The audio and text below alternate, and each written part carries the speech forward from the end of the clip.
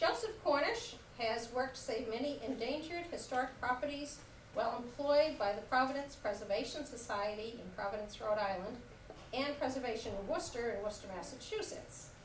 Since 1998, Joe has worked for Historic New England in Boston, Massachusetts, where he currently administers and enforces the preservation restrictions that Historic New England holds on 93 historic properties across New England. In addition, Joe is president of the New England chapter of the Society of Architectural Historians, a past president of the Belmont Historical Society, and co-chair of the Belmont Historic District Commission in Belmont, Massachusetts. Joe has written articles and lectured frequently on topics related to architectural history, maintaining historic buildings, and Historic New England and its stewardship program. He received his MA degree in Preservation Studies from Boston University and his BA degree in History and Art History from College of the Holy Cross. So we are very honored to have him with us tonight to speak on reading your own home. Now I'm curious to just ask, how many of you own old homes? Is everyone old? Everybody has an old home. Very good. That's the crowd I figured I'd get. Yes. I don't. I can't wait till So Joe, thank you. Take it away. Thank you. Thank you. Well, thank you everyone for coming out tonight. And there are two handouts in the back that I hope you'll take home with you. One is a guide of historic New England's house museums. So I imagine if you're here tonight, you like old houses and you like to visit old houses. We have 36 house museums all over New England, and we have several in this area. You may have visited the Spencer Pierce Little Farm in Newbury. That's one of our properties. So please take one of these with you before you leave tonight. And most of our houses are still open. They'll be open through September, and then they'll be closing, most of them for the season, in October. And then I also have, again, for historic house owners, we have a special historic homeowner membership program at Historic New England. And if you join at the special membership level, you have access to a preservation specialist who can help you answer questions about restoring your house, researching the history of your house. So these are two items I hope you'll take away tonight. But what I do at Historic New England, I have a really, really fun job. I oversee a program where we protect 93 privately owned homes in New England with a tool called a preservation easement. So these are properties that are protected. They're privately owned. Most of them are single family homes. And people buy these houses because they love old houses, but they buy them knowing they can't make changes to them without Historic New England's prior review and approval. So I work with property owners who are interested in protecting their homes in this program called our Stewardship Easement Program. So I'm often called to go out and assess and research the history of these houses so we can determine what features are important, what features we would recommend protecting. So what I'm going to do tonight is to really show you the ways I research a building, looking at documentary evidence and physical evidence to try to piece together the history of a house. So the first place I look, and you can do a lot of this research now online, is at the Massachusetts Historic Commission's website. There's a special site here, their MACRIS research site, where every survey form that's been created in towns across Massachusetts have been scanned and are available online. And then also National Register forms. If a property is on a national register, its form is also online and available through the Massachusetts Historic Commission. So to give an example of a house I researched about 15 years ago in Gloucester, Massachusetts, so not too far from here, the Norwood Hyatt House. And all I really knew about this house was that it was supposedly built around 1664. And whenever we hear these really early dates, we have to wonder, is this just a romantic notion that the house was actually built in the 17th century, or is there actually physical and documentary evidence to prove that? So the first place I looked was the Massachusetts Historic Commission, and this is typical of what a survey form will look like. It's very basic information. It usually gives you a photograph showing you the house, the address, And then an estimate of its age. So here you'll see here, you have to take my word for it, it says built 1664 and enlarged in the 1790s and again in the 1830s. And then it has a brief statement of the history of the house and then a brief statement about the architectural features of the house. So that helped me, at least before going to look at this house, to tell me what I should be looking for. I should be looking for a house that has some evidence, physical evidence from the 17th century, but then also from the late 18th century and mid-19th century. The National Register nomination for this house had much more information, and it's a much longer document. This house is individually listed on the National Register.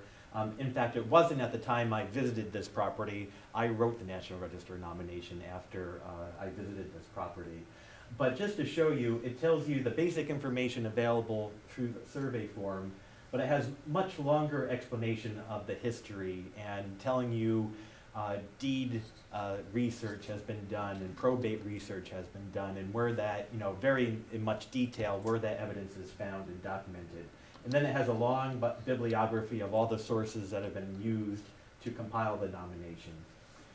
So one detail that wasn't included in the survey form was the fact that this woman named Anna Hyatt Huntington lived in this house. And if you ever watch the Antiques Roadshow, you may hear that name come up when they're appraising sculpture.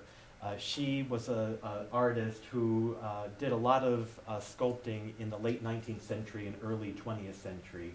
And she was well known for her kind of equestrian and animal statue. She did the Joan of Arc statue in Gloucester, if you know that monument. So what the National Register nomination tells us is that she lived in this house, and when you walk through the house, looking at the back of doors, you have all these paintings.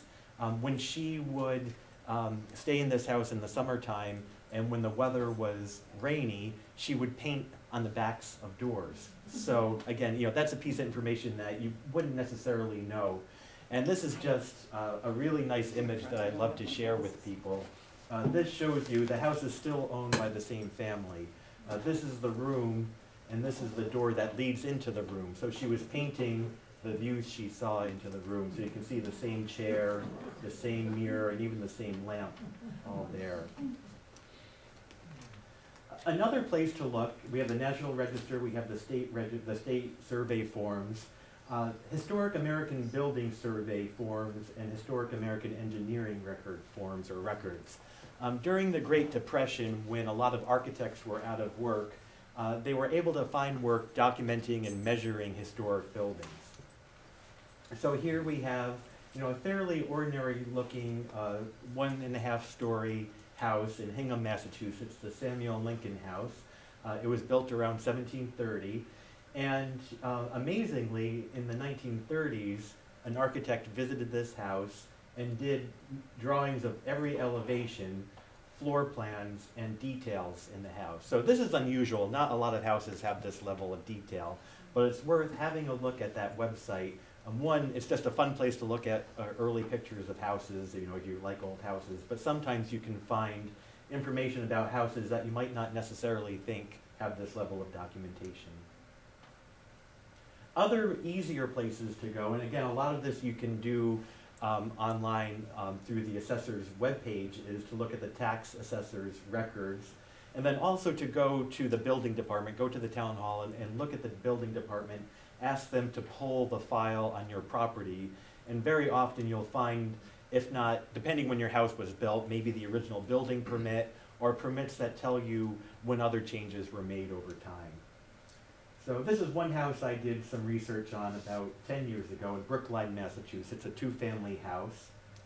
And I was able, online, getting the assessor's database, to get a footprint of the building. A general idea tells you approximately when it was built, what it's made out of. But then when I went to the actual building department, I was actually able to find the original building permit when this house was built in 1920. And in addition to telling you the date that the house, at least when the building permit was pulled, it tells you the architect, if there was one, the contractor, and the name of the person who was having the house built. So it's all really Very good information. And a lot of times it'll tell you the dimensions of the house, so you may know, originally what the dimensions of the house was, and that if your house is much larger, obviously it was added on after the house was constructed. The other place of documentary research that I just briefly mentioned earlier is deed and probate research. And this is important to create the chain of ownership of a property. And the way you do this is you start with your current deed and you work backwards. And you do this until there's no evidence, or until you run out of deeds, or when you're reading the deeds, there's no evidence that there was a structure on the site. Probate records, as you know, people, when they sell a house, it's transferred by deed, but when someone dies, it usually goes to probate. So you may have to go to do research through probate records if you hit sometimes a wall when you're doing your deed research. It's also interesting to always look at mortgages. If there's a mortgage on a property, it may have been done, maybe to buy the property, but maybe there was a large remodeling that was going to be done and someone needed to borrow money to do that. So doing deed research, one example, this is the building that I work in Waltham, Massachusetts. It's the Lyman Estate. It was built in 1793 for Theodore Lyman, who was a merchant. And it was built as a summer house. He lived on Beacon Hill, and he built this as a summer house. And this is what the house looked like probably in the 1860s. This is a stereo view of the house. You can see very symmetrical, has this main block, these two small hyphens and these wings here. Doing deed and probate research, we were able to find out or confirm that when this house sold, or when this house transferred through the family, that changes had happened. And that's usually very typical. When a house sells or when someone inherits a house, it's not unusual for a change to take place at that time. So maybe the house is updated, maybe the house is enlarged. So in the 1880s, when Arthur Lyman inherited this house from his father, George Lyman, the house looked like this, and it was remodeled and enlarged to look like this. Basically what they did, they raised these two hyphens. They actually raised the entire house up on its foundation, added a third story, and added these bay windows here. Then in 1917, when Arthur's son, Arthur, inherited the house, he wanted to sort of look back to the colonial period, or the colonial revival period, and he stripped off. If you look kind of carefully, you can see there are a lot of what we call Queen Anne elements. You have these kind of decorative windows, you have these turnings on this porch, you have kind of different windows here. He stripped all that away. Victorian was really out of date in the early 20th century, and tried to make it look like, not exactly what it looked like when Theodore Lyman built it in 1793, but to give it sort of that stripped back look of what it would look like in the colonial period. And you never know, again, what information you may find looking at old deeds. This house was in Belmont, Massachusetts. It was actually called Belmont. The town of Belmont was named Belmont after this estate here. When this house was built in the 1840s, the deed listed the name of the owner, but also his name was John Perkins Cushing. It also named the architect, and his name is here, and that name is Asher Benjamin. So if people know old houses, Asher Benjamin lived in the late 18th century, early 19th century, and he was a builder, and he published 7 books over a course of about 40 years called Builder's Guides or Pattern Books. And these books specifically were guides for builders to build houses. But he did design several houses on his own, and this is one of the houses that he designed. So again, this is just a very small notation in a long, long deed. So you really need to read through your deeds, and you never know what information might pop up. Probate research, looking not at the deeds, but at probate records, again, that's how properties would sell. And very often, especially in the 18th century, when someone would die, an inventory would be done, and that inventory would be put on file with the probate records. And this is that same house in Gloucester, Massachusetts, the Norwood Hyatt House.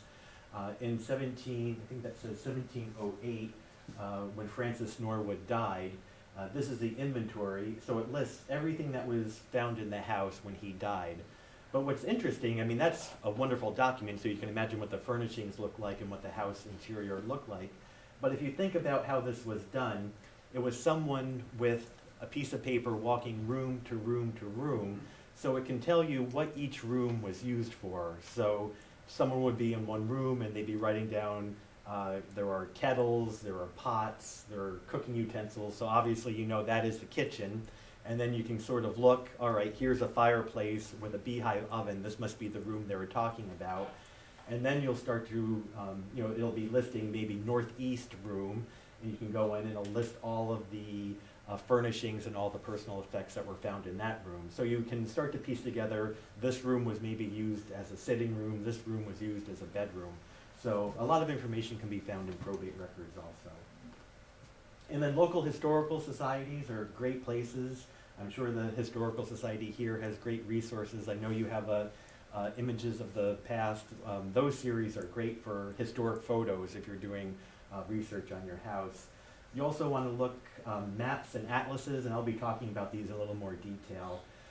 City directories and poll lists, photographs, drawings, and newspapers. So these are typical maps that were produced in the early 20th century, and these are often referred to as fire insurance maps or Sanborn maps. Sanborn was the company that produced these maps. And they go in very specific detail because they show you the footprint of the building, they show you the name of the person that owned it, and then they're also coded to tell you what the buildings were constructed of. And why did they do this? These were for fire insurance companies, so they would want to know if there was a loss or if they were looking to insure a property, what it was made out of and what details it had. So you have pink here for brick. If it had an X through it, that was usually denoting that it's a stable, greenhouses, etc. Panoramic views or bird's eye views, these were popular in the late 19th century. Oh, we have one here. So if you haven't had, that's Rowley or is that Georgetown? Oh, great, great. So those were very, very popular. And it's amazing, they really were quite detailed. And this is an example I'm just showing you. This is of a town out in northwest Connecticut. It's called Colebrook, Connecticut. And this is a bird's eye view of a farm. It says the General E.A. Phelps here, his residence. And if you look carefully here, you can see a building with a gable, kind of a Greek revival style building. And this is that building today. So a lot of times you can match up buildings, you know, see a building perhaps as it looked, maybe it's remodeled now, or maybe it doesn't even exist. So those bird's eye views are really quite wonderful. And then historic photographs, historical societies, libraries, and also Historic New England has a wonderful archive. So if you're doing research, we have a library and archive in Boston at the first Harrison Gray Otis House that you can consult. This is a historic photo of a house in Lakeville, Connecticut, that's northwest Connecticut, taken about 1930. And here's the house about 5 years ago. So sometimes these images can confirm that a house hasn't changed very much, or they can confirm that a house has in fact changed very much. So this is a house in Medford, Massachusetts. It's the Peter Tufts house, and it's probably the oldest standing brick house in New England. It's dated to about 1687, 1689, so it's quite unusual. These are some probably 1870 images of the house, and you can see it has these additions off the back and on the side here. You can see the window openings. You can see it has a wood shingle roof. And then, you know, these historic photos taken about 1900, 1920 shows the house in the process of restoration, and then here it is after it was fully restored, and pretty much how the house looks today. So you can see a porch was added in the 30s, and you can really, hopefully a lot of these images are dated, so you can start to date when changes occurred to your house. And architectural drawings, sometimes these exist. Historic New England has a great collection of drawings. And then ephemera. An ephemera can be anything from an advertisement Or here we have a calendar from 1896, which, you know, is interesting to see something from that age. But if you look carefully, you can see there's the Peter Tufts house here photographed on the calendar. Stereo views, are people familiar with what stereo views are? I had mentioned the one image that we had. Stereo views were very popular around the Civil War through the early 20th century, and they were these kind of double images that you would fit into a stereo view finder, and it would look 3D when you look through them. So many parlors in America, Victorian America, had these. A lot of times you have local views. This is Springfield, Massachusetts, and you know, it's an interesting image. If you know Springfield, this is taken from the Arsenal looking towards the center of the city. But if you study this, and if you know this specific neighborhood, you know, you can start to pick out landmarks. Here's a church, here's a house, and here's a large house here. So this house is called the Alexander House. It was designed by Asher Benjamin in 1807. And what's interesting, if you look very carefully at the back of it, you can see an open frame. And you can kind of, I think that's probably the best image I have of that. So we know, looking at that, that this rear edition of the house was being built at the time the stereo view was printed, and that was printed around 1870. So, you know, you never know what kind of information you're going to find, or, you know, maybe you'll be able to date something in addition to your house. Historic postcards, do we have any postcard collectors here? I think you have some reproduction postcards. Postcards were very popular from about 1905 through the 1930s. And picture postcards were done of every town throughout America. And it's amazing to see how many different images and how many different views exist for different towns. This is Exeter, New Hampshire. This is historic New England's Gilman Garrison House, built about 1709. And this image is nice. A lot of times you have street views, so you can see other buildings surrounding it. Also, they were often hand-colored or hand-tinted, so they can give you some idea of what color a house may have been painted. So here's the Gilman Garrison today. And you can see that little yellow house is still there. There's that little yellow house there. So oftentimes you'll have postcards that are just street views. So you may see the corner of a house, and then, you know, if that's your house, you're probably yelling, why didn't the photographer just move over a little bit? But really, postcards, old postcards are a great place to find information about houses, and they're pretty good for dating buildings and changes because they were really popular from about 1905 to 1930. And a lot of times they're actually mailed and they have a postmark on it, so you know when it was mailed. Here's another example. This is the Lady Pepperell House in Kittery Point, Maine. This was one of Historic New England's museum properties that we sold in 1985. It's a private home now. But if you look at this 1910 image, you can see it's sort of painted a beige color with dark trim. It has these, what we call 2/2 windows, these large window panes. And here's what the house looks like today. So you would have no idea looking at this house. It looks very much like a late 18th century Georgian style mansion that at one time looked like this at the end of the 19th century, beginning of the 20th century. And then paintings, you know, a lot of times, and again, historical societies are often the holder of paintings of buildings or scenes in town. The only caveat of paintings are artistic license, so you never know when, you know, someone thought maybe a tree looks better here and, you know, to frame the picture, or maybe it looks better a different color. But very often they are, you know, again, great records of buildings. How about the angle? Yeah, that's sort of another, that's almost a bird's eye view again. It was, well, sort of the same way as the bird's eye, you know, the bird's eye images, that, you know, they would be just really conjecture, basically, you know, what it would look like. They didn't have drones. No drones. And then again, you never know where you're going to find information. So again, historic New England and historical societies often have bills, letters, diaries, and journals, and who knows what. You know, in New England, we have it for everywhere in New England. Towns usually have it for their specific town. So one property that I had been involved with is in Agawam, Massachusetts, out by Springfield. This is a very simple, classic Georgian-style house from about 1764. And what was lucky about this house is it stayed in the same family for about 150, 180 years. And one of the longtime residents who lived there all of his life, from about 1820 when he was in his early 20s until he died in the 1880s, he kept journals. And these journals were added to every day. And they were kept with the house. So a lot of times there would just be, it was 50 degrees today and it rained. But other times when there was an event or a change at the house, it's documented in those journals. So what we're able to figure out with this specific house is when you're in the basement, you have this brick partition wall that divides a larger room into two small rooms, and it has a window and it has a door, which is really kind of a puzzle. Why would you have this in a basement? But looking through those journals, we were able to confirm that this was added when a family down on their luck had to live with the family, and they actually lived in the basement of this house. So this was, at that time, a room that was actually inhabited by people.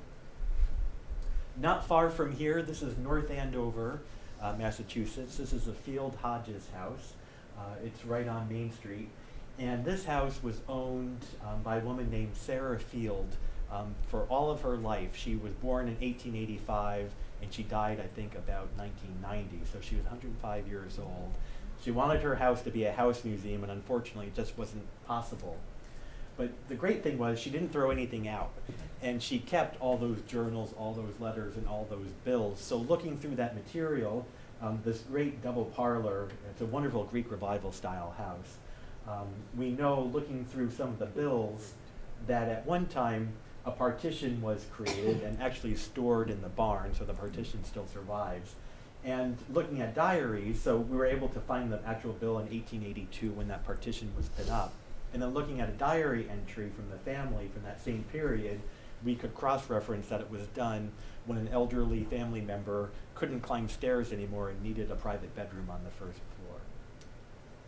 Newspapers, especially in the early 20th century and late 19th century, have great information about what was going on in a town when someone was visiting, when someone was going somewhere, when someone was married, and when someone was building a house. So newspapers are a great place to find information. So once you collect all that physical, documentary information, when you look at all your deeds and all your local histories, then the time is to look at your actual building and try to figure out, does this make sense? With this information that I'm finding in the deeds and in the local historical society, does it match the actual physical fabric of my house? So this is sort of part two of what I'm talking about tonight, looking at the physical evidence of your house to try to date its features. And it can tell you when it was constructed, what it was constructed with, and really different elements in your house. When a house was updated, when someone was getting married, maybe they would put a new mantelpiece in a room, or they'd put new windows in. So you can start to train yourself to look at houses and try to figure out, that window looks like 1860 and this mantelpiece looks like 1920. So I'll be talking about plaster and lath, but this is just a great image here. This is in Acton, Massachusetts.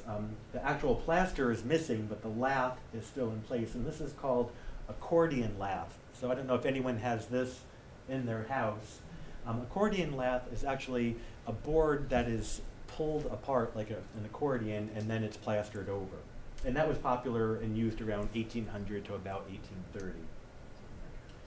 So again, when I go to a house, after I do my documentary research, I look at the exterior and look at the interior and the components. So exteriors, foundations, we look at framings, we look at nails, and I'll be talking about all these in a little detail.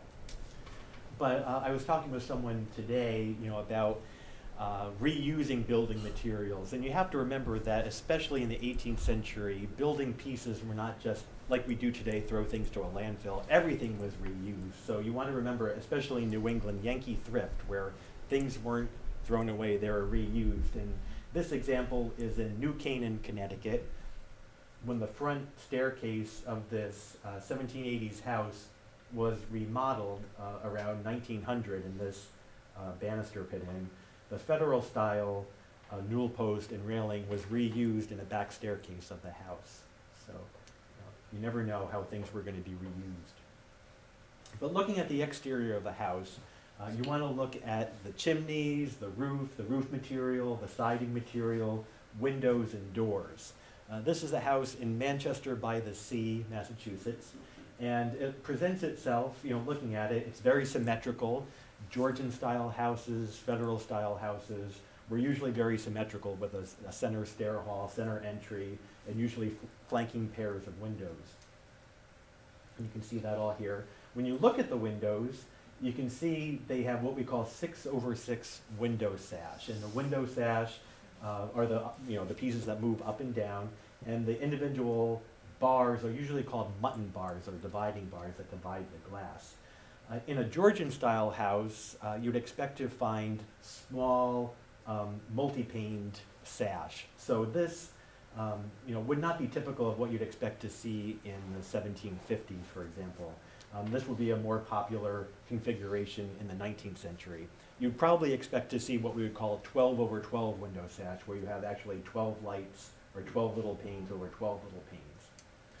So it's interesting when you walk around the side of this house and look carefully at the windows, you see, oh, here are 12/12 window sash on the side of the house, but not on the front or not in these really primary rooms. And this was very commonly done when houses were updated. A house would be updated, the features that were public were visible from the street, or the rooms that people would use to entertain in were often updated, where the spaces and the elevations of a house that wouldn't be visible would usually be left untouched. So you have these 1750 Georgian windows here, then you have these 1830s windows here.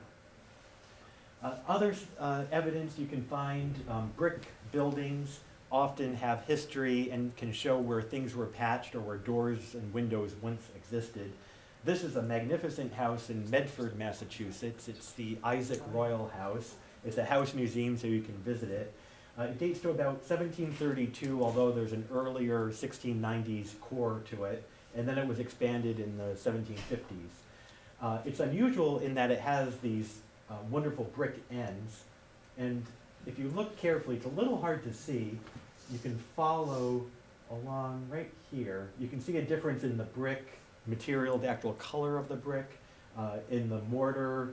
The little mortar joints are different from the rest of the house. So what we're seeing here, the oldest part of the house is the front piece, and then all of this was added probably in the 1730s or 1750s. And this is another example. This is at the Lyman Estate in Waltham. At the greenhouse, you can see where the roof slope was changed here. And again, what we're looking at, any change in material. So it's quite obvious that there's a change in material here in the size of the mortar joints. Unused hardware. What I mean by hardware are these, if you look carefully, these pintles, which were for shutters, for exterior shutters. And oftentimes you'll find a house with these pintles, but the shutters, were probably removed years and years ago. Evidence of missing features, more ghosts. This is in Belmont, Massachusetts, and you can see this ghost on this one-story enclosed porch was actually for a railing. This was sort of a second-story porch that someone removed at some point. But you can still see the outline of the post for the handrail. Or if you walk around, you can see one that actually still survives. And again, you want to look at everything. You don't want to just say, well, there's no reason to look there. That's just a bulkhead door. So this is that house out in Agawam, Massachusetts. And when you go to the bulkhead door, if you look carefully, you can see it has this great paneling. And Agawam is on the Connecticut River Valley. And this is an original Georgian-style Connecticut River Valley door. When the house was updated in the federal style, these old-fashioned doors were taken away, and they weren't dumped, but they were reused. So again, you have Yankee Thrift reusing building material. Foundations can tell us a lot about a house, how it was, the material. Obviously, fieldstone foundations are the earliest we have, and then we have cut stone and brick used later on in the 19th century. Oftentimes, early houses, this is in Danvers, Massachusetts, the Rebecca Nurse homestead. You can see most of the foundation is not visible. And early houses, the foundations were quite low. You can also see that here in Kittery, Maine at the Lady Pepperell House. Looking inside at the basement, again, you can get an idea of the materials. But you can also detect where changes occurred. So here in this basement, we have cut stone in most of it, but then in what's obviously an addition, you have different type of stone being used. So again, looking in your basement, if you see different materials being used in different areas, it may be an indication that an addition has been added. And then does the foundation material make sense for the date of your house? This is at the Lyman Estate, and I mentioned that the house was actually raised up on its foundation. So what you see here is the original granite foundation, and then in the 1880s, the sandstone foundation was added, and that was a material used quite often in the 1880s in the Boston area.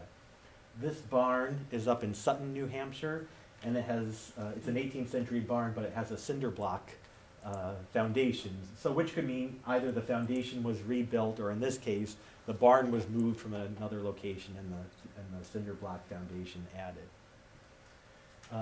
Attics have a lot of great information, and it's amazing what you can see when you really bring bright lights up to your attic areas.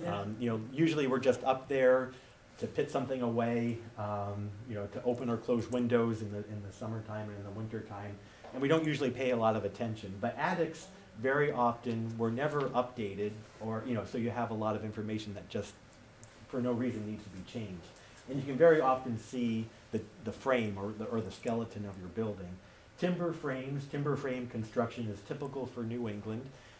By the mid-19th century, that's replaced by what we call balloon frame, or very kind of dimensional lumber being used. Oftentimes you may see what we call scribe marks. You can see these Roman numerals. The frame was actually constructed, the pockets for these mortar or these joints were actually chiseled out, and they were sort of set up on the ground and then pieced together and numbered. So that's why you have these Roman numeral numbers often on the timber frame.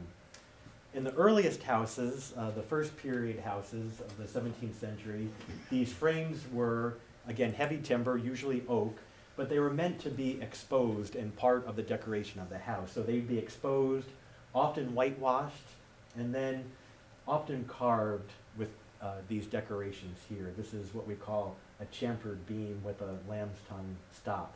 Very typical of a building in New England built before 1720. So if you find this in your house, it means you have a very early building. In the 18th century, in the Georgian period, when the timber frame was sort of old-fashioned, you didn't want to walk into a house and see the timber frame. They were usually covered over and boxed in. This is an early house. This is a first period house, and the framing members were not only boxed in, but they were actually cut, so they would actually retreat into the room. And here's one example. If you kind of look carefully here, you can see where the edge of this carved gunstock beam, only a sliver of it survives, and the rest of it was cut away and boxed, so it wouldn't be that prominent in the house. Looking at a frame, you know, can not only tell you if it's an early frame, but it can give you evidence of missing features. And if you see this little nick taken out of that wind brace, that's where a window was once located and then covered over. This is an example of balloon framing. So if you remember the heavy timber frame, where you have a lot of space, you have large timbers, but a lot of space in between. The balloon frame, you have smaller timbers, but you have a lot of them. And this is just another typical example of balloon framing. And sometimes, again, if you're lucky, someone may have carved the date in the frame. This is that house out in Agawam where it actually says house raised May 9th, 1764. You know, of course, someone could have gone up 5 years ago and carved that in. So you have to, again, you know, look at all your research and see if it makes sense. But there is another way that beams can actually tell you the age of your house with some accuracy, and that is a method called dendrochronology. And that is where you can take samples of beams, not you individually, you have to have someone come and do this, usually from a laboratory, and they can look at the tree rings and actually figure out when that piece of lumber was cut. So it can give you a fairly accurate idea of the age of the frame, or at least the wood that makes up the frame of your house. So this is just an example. This is a typical, what they call core sample. They would drill through a beam in the house.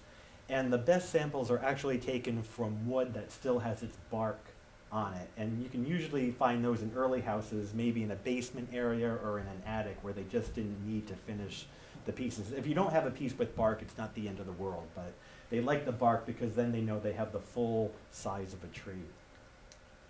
And then they have what they call a master dendrochronology. So all of that information, looking at the actual sample, and what they are, the tree rings are what they're looking at. They compare samples from other houses with similar dates. These are some buildings that have known dates. The Fairbanks House, the oldest standing house in New England, in Dedham, Massachusetts. It was built in 1637. This is a church in Townsend, Massachusetts.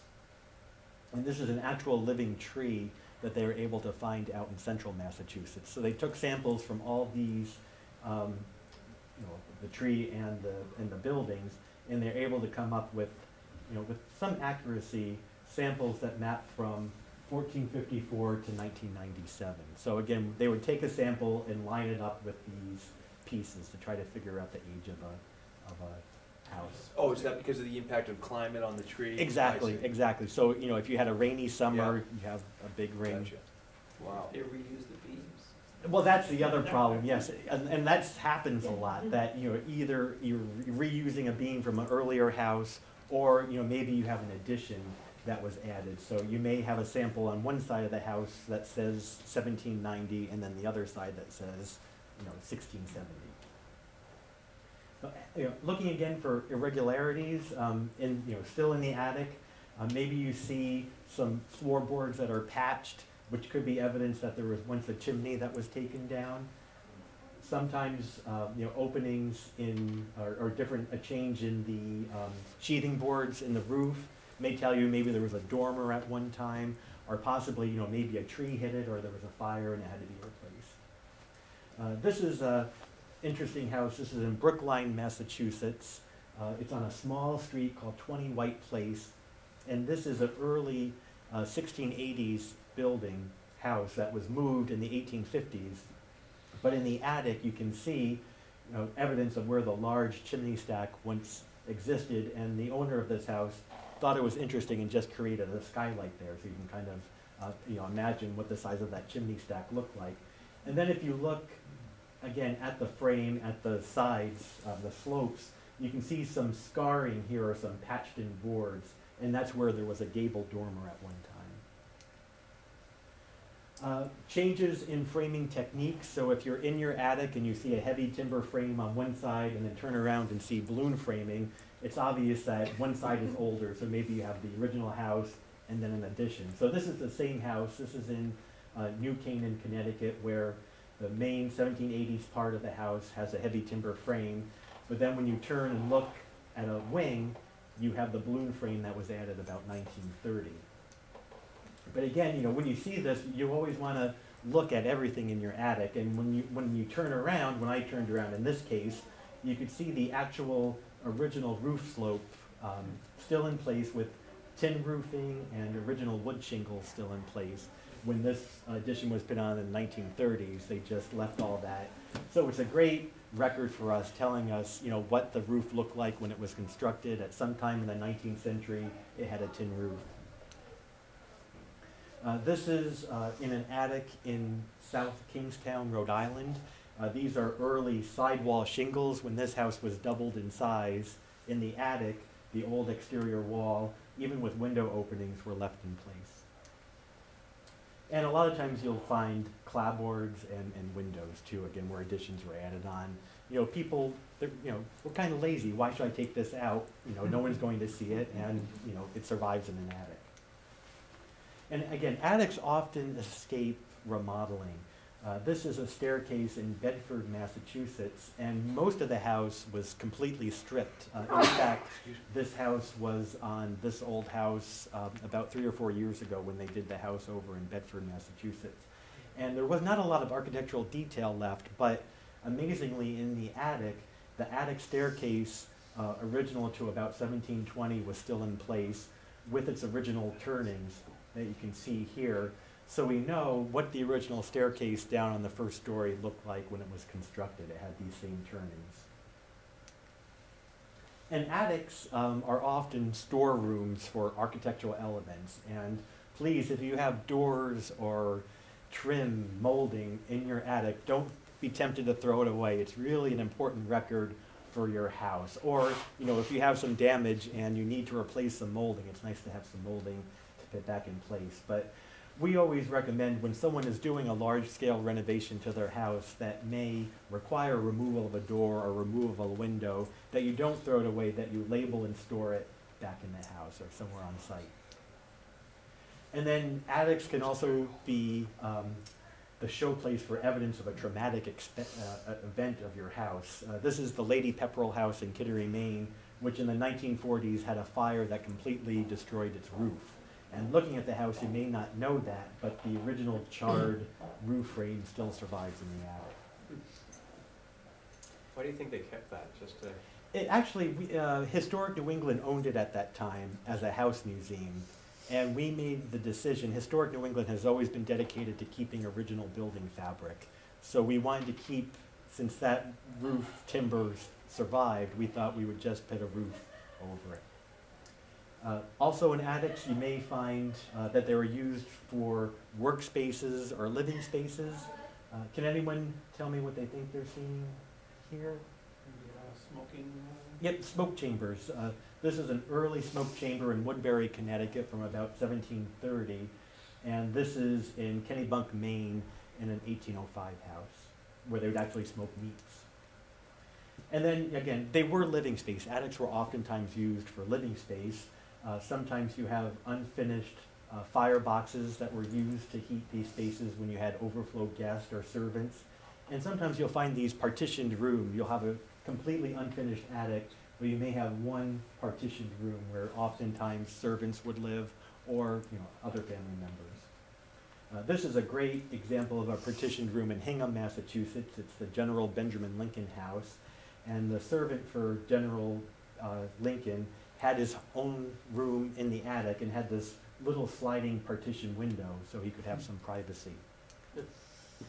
And then attics can also be the place where you may find messages from the past or graffiti. This is some graffiti in the Spencer Pierce Little Farm, the 1690 house that Historic New England owns in Newbury. It has this great image of a ship. So other parts of houses that can tell us a lot about dating a house are the pieces that put it together, nails. These are three typical types of nails you'd expect to find. The earliest, these are wrought nails, and they were most commonly used up until about 1800. And then you have these cut nails or machine-made nails here, and you can kind of see they're tapered and they're very regular looking, where these are all really custom and one of a kind. And then by the 1880s, we have the more common wire nails that we have today. So this can be one way, for example, if you're looking at a floor, you can pull out different nail types, and if you find a lot of these wrought nails, you know that the floor had to be put down sometime before 1800. I gotta laugh. If you've ever seen the movie National Treasure. Yes. Yes. And they're going through this whole thing, and they find underneath Trinity this old thing that goes down, and it's all wood and it's nailed in.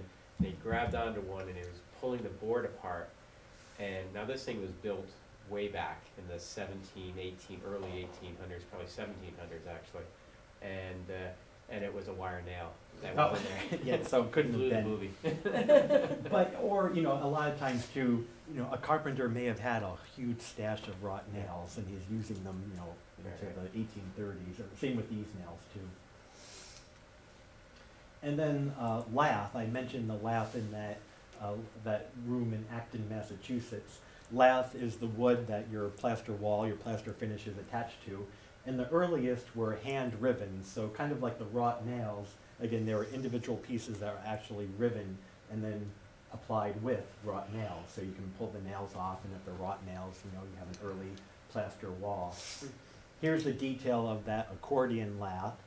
And again, this accordion lath was probably 1725 to 1825. And again, it's used by you have a board and you're maybe scoring it and pulling it apart. And then after 1825, you have the traditional saw and lath that we have today. And again, you can tell, usually attached probably with wire nails. Doors in houses. Doors were all updated, so again, you may not get a clear idea of when your house was built looking at the doors, but you can certainly tell the earliest type of door, these board batten doors.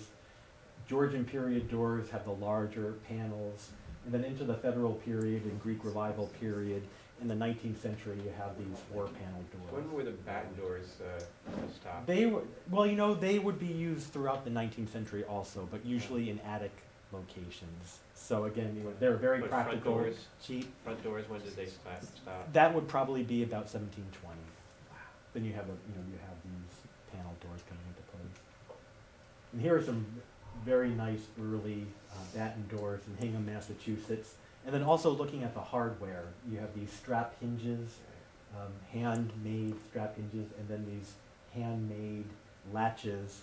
And you want to look at how, you know, you may have latches in your house, but look and see how they're attached. If they're all attached with screws, then they could be just modern, you know, maybe put in the early 1900s in the colonial revival period. But if they're attached with actual wrought attachments, then you know they're original and early.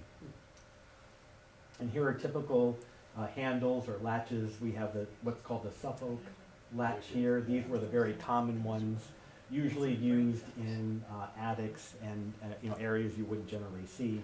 These are the fancier Norfolk latches, and these would be used through most of the 18th century. 18th century? Mm-hmm. Yeah. So through the 1700s. Yeah. And then in the early 19th century, in the Federal period, around 1820, you start to see these combination knob and latch doors. You know, these were kind of very much short-lived, but if you find these in your house, it's probably an indication it's probably 1790 to 1820. Then looking at the hinges, early hinges were imported from England, and here's a great example of what's called a cock's head hinge from a house in Hingham, Massachusetts, and then the more traditional HL hinge. And then this is from the Boardman house. There was someone, I was talking about the Boardman house. These are two very early, probably 17th century imported hinges at the Boardman house in Saugus, Massachusetts. And then you have these more traditional, what are called butt hinges from 1800 onwards. However, in the Victorian period, in the 1870s and 80s, you have these more decorative examples being made. Looking at your window sash, again, similar to doors, window sash were often replaced over time. But I mentioned, you know, the earliest houses in the Georgian period had these smaller pane window sash. In the 17th century, you'd have the diamond paned window sashes, and then these became popular about 1690 onward. And you can tell early windows from later windows looking at those dividing bars, those mutton bars. The earliest ones were quite wide, you can see here. And then as time went on, they got smaller and smaller and then smaller. And then back in the 20th century, this became kind of the standard type of dividing mutton bar. And this is just to give you somewhat of an example. This is an original Georgian style window with those wide mutton bars. And this is a Greek Revival, very, very thin, almost razor edge mutton bars. Plate glass became popular from about 1850 onward, and that's when you have these larger, what we call 2/2 window sash being installed. And then you have all these variations, you know, as we get machine, steam technology that can have factories producing millwork, you can have more variation in decorative features, including windows. The Queen Anne period in the 1880s and 1890s, often you had these smaller window panes that would surround larger window panes. This is Manchester by the Sea. And this great Palladian window is at the Lyman Estate. And you can see it has these tiny little window panes here. In 1917, that was removed and a more traditional fan light was installed. Fireplaces and fireboxes can tell you a lot about the age of a fireplace. This is not far away. This is the Swett Elsley House in Newbury, Massachusetts, an early 1680s, 1670s house. And when you look at the fireplace, you can see the beehigh ovens are actually inside the firebox itself. So if you were cooking here, you'd actually have to go into the firebox. Kind of dangerous, but this is really what was standard to about 1750. After 1750, you have those ovens on the outside of the firebox, so people wouldn't necessarily have the danger of cooking. And then you want to see, where you have these ovens located. There are several examples in Cape Ann where you can find them on second floors, and then you have to wonder, why is there a kitchen on the second floor and why is there a kitchen on the first floor? So either the house was built sort of as a two-family, or sometimes when you'd have a widow sharing a house with a son or a son and daughter and their family, they'd have their own separate kitchen somewhere else in the house. And then you have later examples in the 19th century. This is in Ipswich, Massachusetts. You have kind of a built-in oven and set kettles here, and you still have a firebox. And then by the mid-19th century, you have these ranges, these cast iron ranges, becoming quite normal. Looking at woodwork in rooms, you can tell a lot by types of paneling. If you have this kind of vertical board paneling, that's usually indication of an earlier, maybe 17th century, early 18th century house. Then by the early 18th century, you have what we call the raised field paneling, and again, usually decorating the walls with the fireplaces. Here's some more nice paneling in Exeter, New Hampshire. And in the more ambitious houses, you may have decorative features like these great tiles surrounding the firebox imported from Europe. By the Federal period, the paneling disappears, you have more plasterwork in rooms, and then you really start to see mantelpieces being installed in houses, and sometimes quite decorative. This is in Danvers, Massachusetts, and this is in the Hudson Valley in New York. And then those, would actually, these mantelpieces would have woodwork and design typical of the style or the period. In the Federal period, you have a lot of sort of delicate designs and swags being used. By the Greek Revival period, you have these more Greek kind of large, in many cases, examples of woodwork being used in fireplaces. And then by the end of the 19th century, you just have more of an eclectic variety. You have, maybe this is a Renaissance Revival room at the Codman Estate in Lincoln, Massachusetts, or these are more kind of arts and crafts tiles in the Lyman Estate from the 1880s. And then again, by the early 20th century, you have the Colonial Revival period coming very popular, where people didn't want the Victorian eclectic, they wanted the more traditional types of mantelpieces and woodwork in houses. So they're actually looking back at early examples and replicating them. Flooring can tell us a lot about the age of a house. Softwood flooring was often used, but as this image shows us, it would often wear out and be replaced. Oftentimes in the earliest houses, and people ask a lot, were the floors, how were they finished? Very often they were just not finished at all and just left bare. Maybe they would be cleaned with lye, or sometimes with sand or sawdust they'd be cleaned routinely. They would be laid, sometimes actually not staggered in width, but sometimes lined up, where you may see this in a room of an early house and think you're looking at a partition wall, but this was actually how 17th century floorboards were installed in the room. And a lot of people, when they restore a house, think, I have to, if the floor was painted, strip the paint and polyurethane it. So that's what was done in these two examples. But actually, these rooms were never meant to look like this when they were existed in the 18th century. Floors usually by the mid-18th century were painted. So softwood floors would be painted, sometimes gray. Sometimes you have other colors like this pumpkin color being used. Or in more ambitious houses, maybe you'd have decorative painting. This is in Kittery, Maine, again, the Lady Pepperell house, painted to look like tile. And this is actual tile at the Gore place in Waltham. So this painted floor was trying to emulate actual tiles. You may have stenciling, or you may have sort of faux grain decorative painting to show, sometimes it would be marbleized, so a floor might look like marble. This case, it was meant to look like birch. And this stencil pattern was meant to emulate carpeting. When was that popular? In the early 19th century. And talking about carpeting, wall-to-wall carpeting was not that unusual in the 19th century. And when I talk about wall-to-wall carpeting, it's not the shag carpeting from the 1960s that people maybe had in their family rooms, but instead these patterned carpets that would be wall-to-wall. This is a federal example in Boston at the First Harrison Gray Otis House, and this is in a Gothic Revival house in Woodstock, Connecticut. And popular publications at the time were encouraging people to use carpeting or to use parquet. Hardwood floors were being used. And the reason we have this move from softwood floors to hardwood floors, one, it's more durable, and again, we have railroads now that can get access to hardwoods, and we have machinery that can cut and mill hardwood. So here are two nice examples of parquet floors. This is up in Wiscasset, Maine, and this is Newport, Rhode Island.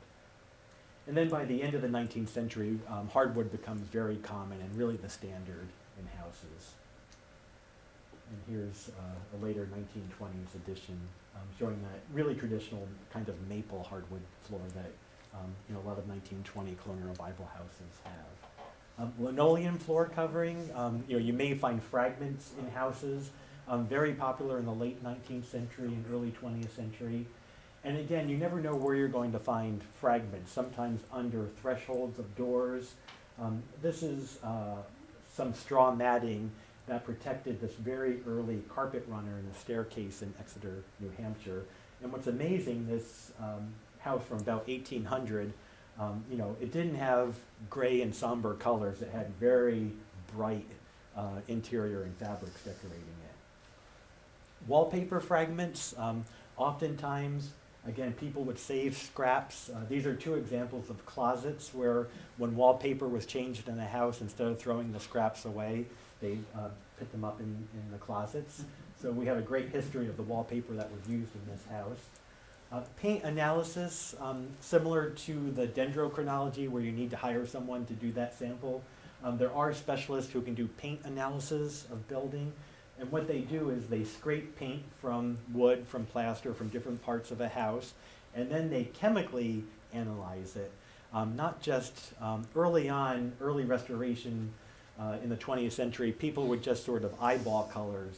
They might do some sanding and find green paint and say, oh, this room was green. But paint pigments are often unstable. They could fade over time. So a true paint analysis actually looks at the chemical makeup of the paint and reproduces that so you can actually have the exact color that was used.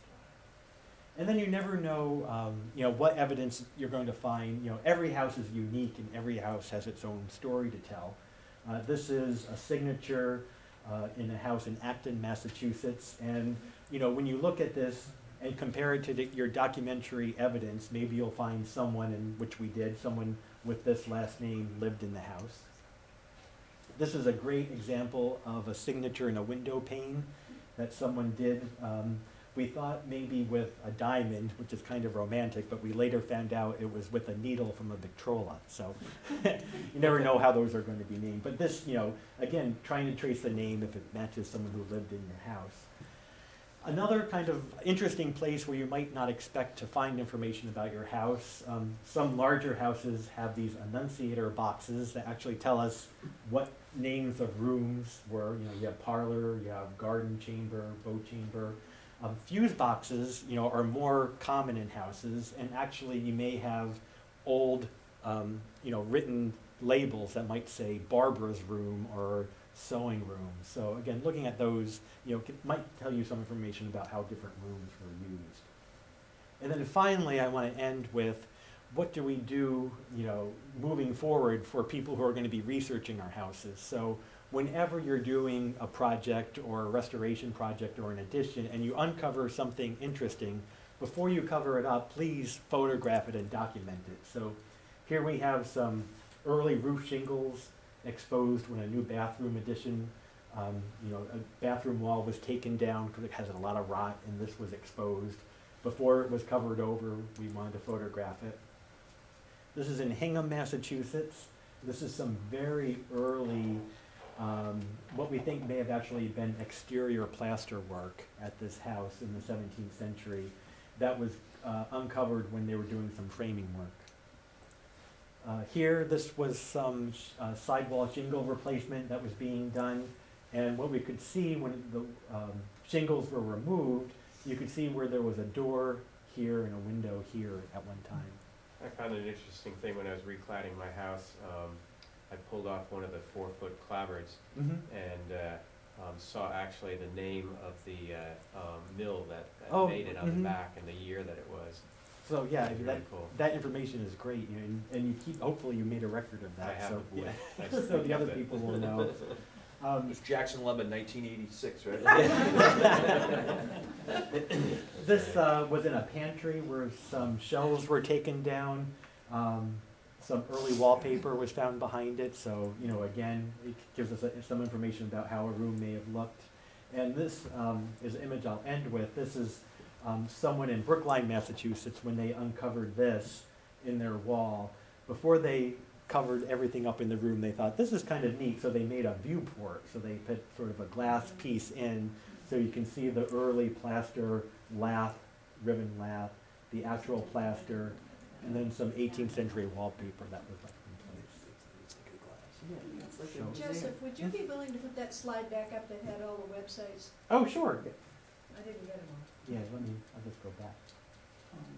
How about stenciling? Can you comment on what, if you get any clues, if you find, like stenciling around doors and so forth? Historic New England has an actual box and stencils from Moses Eaton, who was an early itinerant painter, and he traveled through town after town after town and did stencil work. So we actually have his stencils. We've got some. Yes, yep. So, you know, so they were really popular, I would say, from about 1790 to 1830. Most popular from about 1820, 1815. I did a similar thing, I did, like at Newport, it has some very old stenciling.